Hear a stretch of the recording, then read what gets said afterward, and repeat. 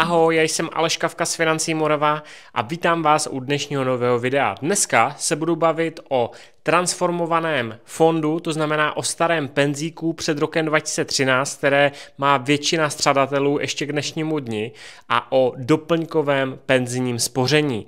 V následujícím videu, které vytvořím, se budu bavit o srovnání doplňkového penzijního spoření a o DIPu, to znamená dlouhodobém investičním produktu. Takže pokud vás to zajímá, tak určitě sledujte nejenom tohle dnešní video, ale taky to příští. Dejte like, odběr, zvoneček a tím vám neuteče žádné nové video. A pojďme na to dnešní téma.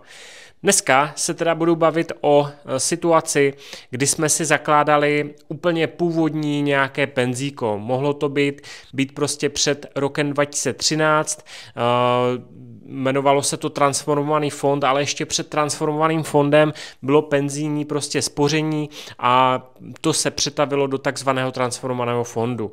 Pokud jste si zakládali smlouvu právě před tím rokem 2013, tak jste si ji zakládali z několika důvodů. Já jsem vlastně období roku 2013 samozřejmě zažil, protože jsem pracoval v té době v bance už několikátý rok a skutečně to bylo na každodenním pořadu dne.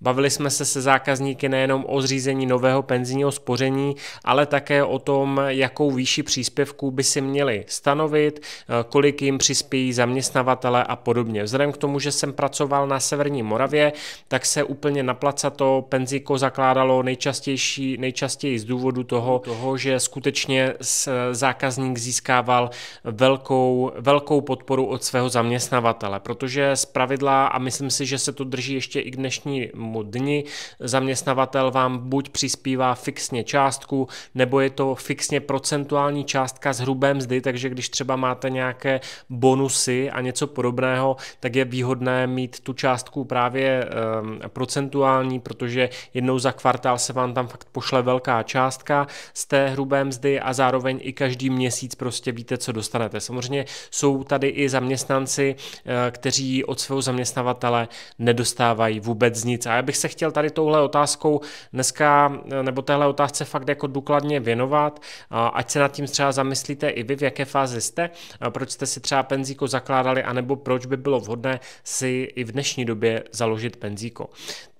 Takže podívám se ještě, vzpomeneme na ten starý transformovaný fond, který myslím si, že to vychází, že nějak 70% střadatelů v penzíku má pořád transformovaný fond a úplně naplacato, co ty lidi v tom drží. Drží je v tom nějaká jistota, protože skutečně ten transformovaný fond garantuje a garantoval svým střadatelům kladné zhodnocení, což je sice fajn, že budete mít kladné zhodnocení, ale ve výsledku i v době vysokých úrokových sazeb na spořicích účtech bylo zhodnocení velmi nízké. A když se podívám, jak vypadalo zhodnocení v loňském roce, to znamená od 1.1.2013 někdy do konce roku, tak průměrné zhodnocení bylo nějakých 1,2%. Největší zhodnocení dosáhla jeden penzijní fond a sice 1,3 ročně minus daň. Takže skutečně, pokud jsme byli zvyklí na úrokovou sazbu na spořicích účtech někdy za 5,5%, tak naše penzíko nám dodalo 1,2 třeba. Nejmenší zhodnocení dodalo penzíko 0,84 v loňském roce, což je skutečně jako malinko. Ale i přes tohle zákazníci někteří, kterým není jakoby správně vysvětlen ten produkt toho penzíka, tak inklinují k tomu, že si ten produkt prostě nechávají. Z podstaty věci, a sice, že třeba cyklí svůj měsíční příspěvek v minimální výši, ale mají velkou částku příspěvku od zaměstnavatele. Druhá věc, oni vůbec neinklinují k tomu, že by chtěli s tím penzíkem počítat někdy do budoucna, ale spíš si dávají ty horizonty 5 let, že 5 let vám střádá zaměstnavatel, zaměstnavatel, střádáte vy a za 5 let si to vyberete. Nutno podotknout, že skutečně se populace dožívá vysokých věků a jak tady může zaznít nějaký argument, hele, já nevím, co bude v 65 letech, prostě můžu umřít, no ano, každý z nás může umřít zítra nebo už i dneska a není tady žádná garance, že se toho dožijeme, ale co když se toho fakt dožijeme? Jo?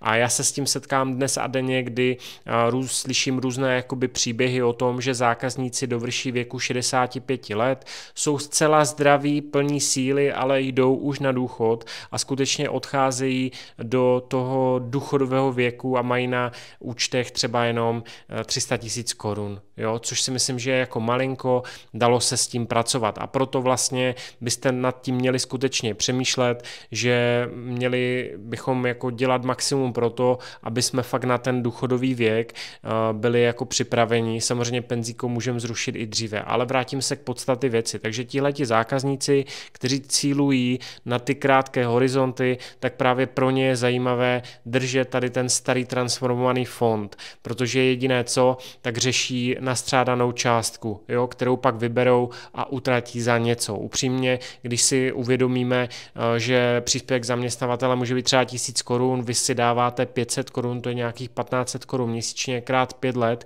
tak nemyslím si, že to je tak důležitá částka, kterou byste chtěli vybrat. Druhý argument, který u zákazníků jako hojně setrvává, tak je to, že v té staré smlouvě měli nastaveno, že po 15 letech můžou čerpat výsluhovou penzi. To znamená, že skutečně je možné vybrat to penzíko ve výši 50%. A vzhledem k tomu, že od roku 2013 zákazníci se blíží té době, nebo už jsou v té době, prostě, kdy mají nárok na tuhletu výsluhovou penzi a říkají si, že by ty peníze chtěli vybrat. Mají tam třeba řádově, co já se setkávám, od 200 000 do 500 000 podle toho, kolik spořili jakoby svých a je pro ně lákavé si vybrat třeba tu půlku 250 000. Zpravidla, když se ptám, co je účelem, tak účelem je buď nějaká mírná rekonstrukce nemovitosti, což asi OK, nebo si fakt zákazníci za to chtějí zajet na dovolenou, jo?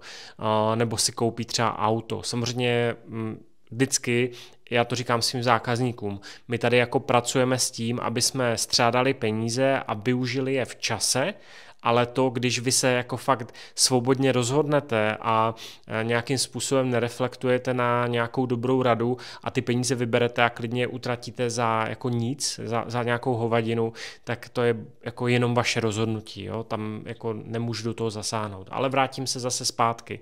Takže drží zákazníci transformovaný fond, který z podstaty věci nedává vůbec smysl. Jo, tak to je jediný důvod, proč chci to vybrat dříve a to mě k tomu inklinuje. Ale jak jsem říkal a znova to zopakuju, skutečně se populace dožívá věku 65 let a více, když se podíváte na Český statistický úřad, smrtnost žen versus mužů a věk, tak hnedka se vám by mohly trochu otevřít oči.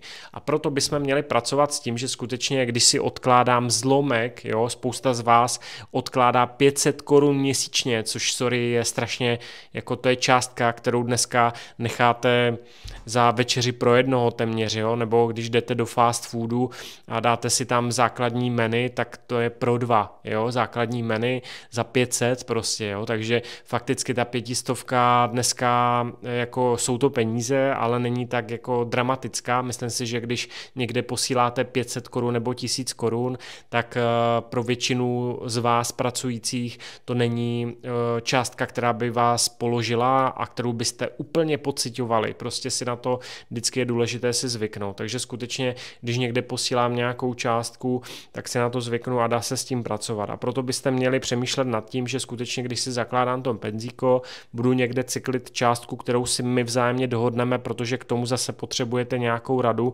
potřebujete taky ty informace, proč se třeba rozhodnout pro změnu z transformovaného fondu na standardní už účastnické fondy penzijních společností, které tady vznikly od 1.1.2013 a skutečně máte z čeho vybírat. Vždycky je to o tom, že mám nějakou konzervativní strategii vyváženou dynamickou, někdo má některé penzijní společnosti, myslím, že mají i 4.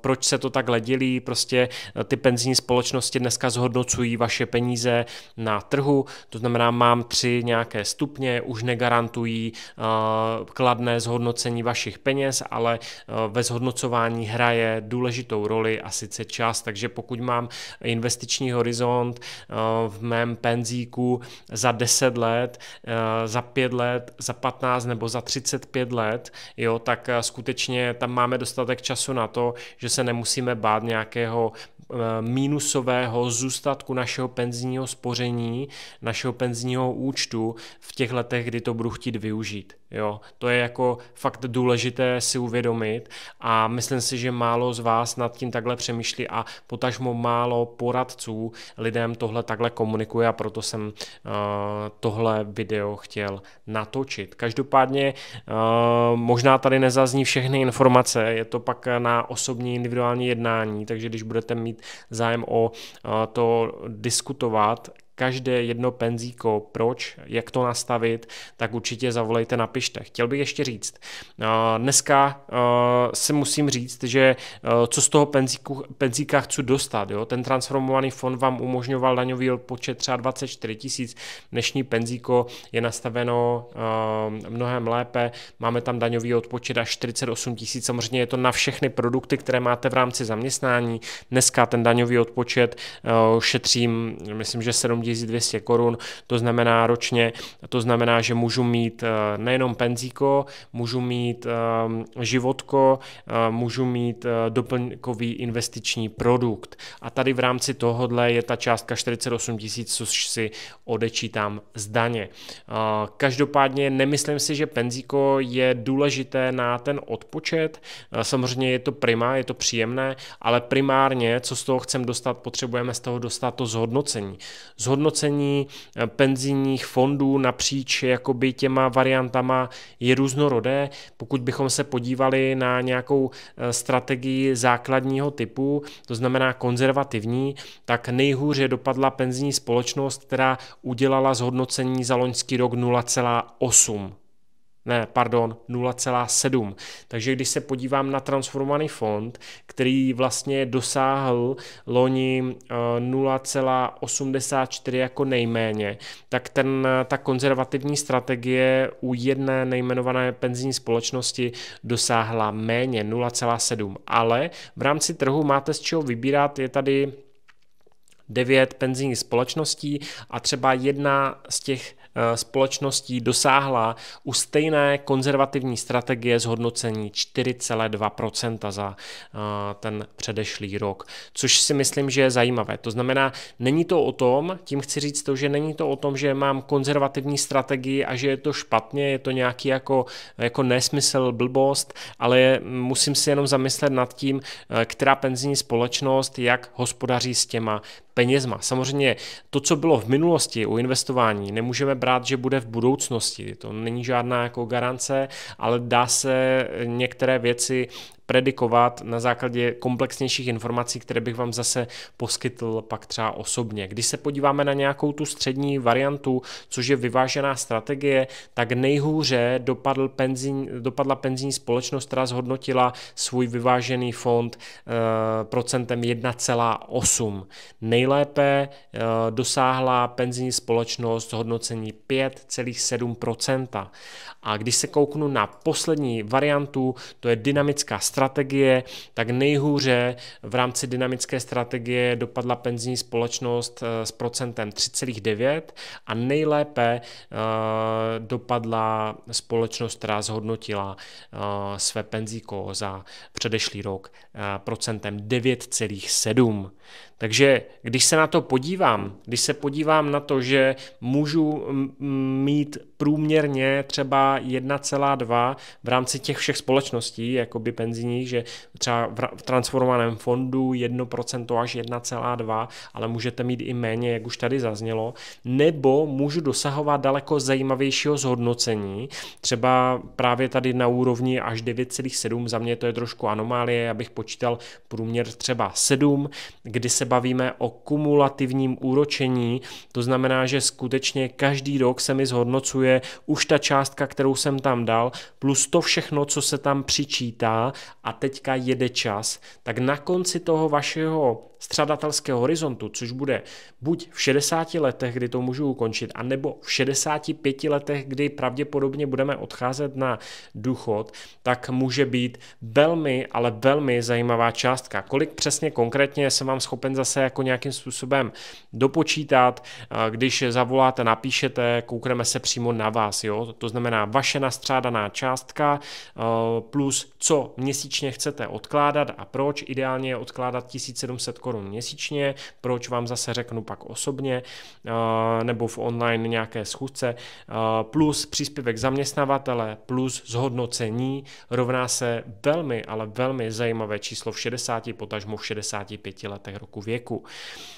Co s tou částkou bych chtěl ještě říci a pak už vlastně budeme v závěru tohohle videa. Častá otázka je, co s těmi penězi budu dělat jako v 60 nebo v 65. Já bych se zamyslel nad 3 jako doménama. Ta první doména je, otázkou je, jak bude vypadat naše životní situace v 60 nebo v 65.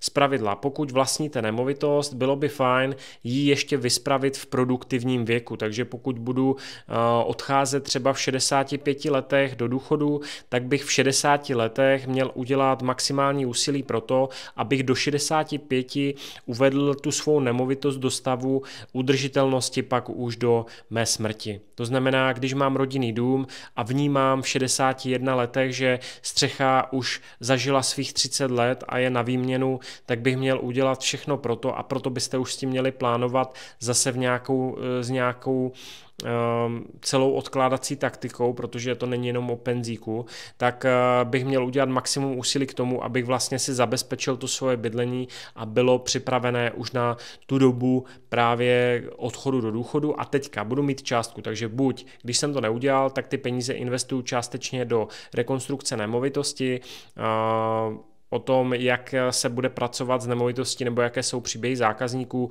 když bydlí v rodinném době po 65. roku věku, udělám samostatné video, ale co chci říct? Chci říct to, že ty peníze buď investuju částečně do nemovitosti, nebo si za to koupím nějakou hovadinu typu, ale samozřejmě, pokud budu něco jako německý důchodce, tak si koupím Porsche a budu cestovat, když mě na to, jako když budu mít možnost vlastně žít takový život, což si myslím, že by měl být sen a já bych přál každému z nás, aby jsme to zažívali, aby skutečně v důchodovém věku, kdy odcházíme, tak jsme měli na tolik peněz, že si prostě ten život můžeme pak na závěr ještě užít. Ale musíme si užívat každý den, ale o tom se tady nechci bavit.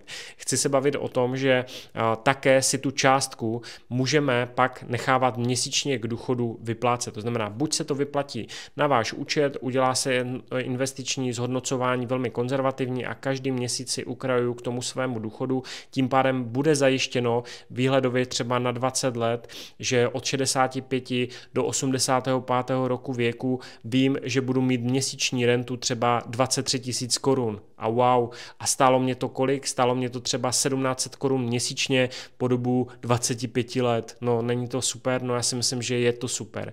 Problém je v tom, že zákazníci nemají ty informace, kolik peněz je čeká v cíli, jak se s tím bude pracovat a kolik to bude ve vztahu k tomu jejím důchodu, který dostanou, to jde taky dneska zjistit už, a jak by to asi mělo vypadat. Samozřejmě můžeme tady počítat i zohlednit inflaci a všechny potřebné náklady. Já jsem v závěru tohohle videa, doufám, že to pro vás nebylo příliš nepochopitelné, snažil jsem se to říkat víc naplacato než nějak odborně.